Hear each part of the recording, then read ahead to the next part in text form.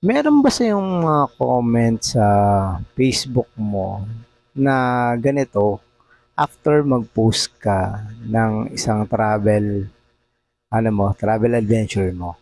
Yung yan oh, hala, ba't hindi ka nag-aya? Normally makikita mo yan once na pinost mo na yung biyahe mo. After nun, may makikita kong ganyang comment. Hala, ba't hindi ka nag-aya? So meron akong naiisip na apat na tao na normal na nagpo-post ng ganyan. Number one na tao is yung friend mo sa Facebook, pero in real life, hindi mo talaga siya friend. Maaring nakasama mo siya sa isang event or maaring nakasama mo siya sa isang biyahe or travel. Kaya siguro tas naging friends kayo sa Facebook. So, makikita mo yung comment na yan. So, syempre, magtataka ka bakit siya magpo-post ng ganyan. Na hala, bakit hindi ka nag-aya? So, possible naman na medyo close kayo ng konti. Pero, syempre, hindi mo in-expect na magko-comment siya ng ganun. Pangalawa naman tao na minsan makikita mo ng ganyang comment is yung friend mo naman talaga siya at nakakasama mo na siya dati sa gala. Pero totally matagal siyang nawala dun sa pagkikita, bihira kayo magkita. So tapos biglang magko-comment siya ng ganyan. So isipin mo lang, 'di ba? Alis wala kang paramdam tas in-expect mo, i-invite kita sa biyahe ko, 'di ba? Parang awkward naman. Pero minsan makikita mo may mga ganyang comment na tao na nandun sa category na 'yun eh.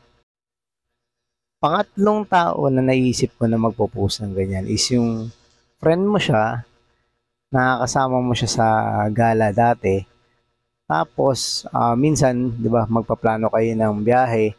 Tapos sa una kasama siya sa pagpaplano, pero pag yung time na ng biyahe, doon siya hindi nagpaparamdam, wala na siyang paramdam.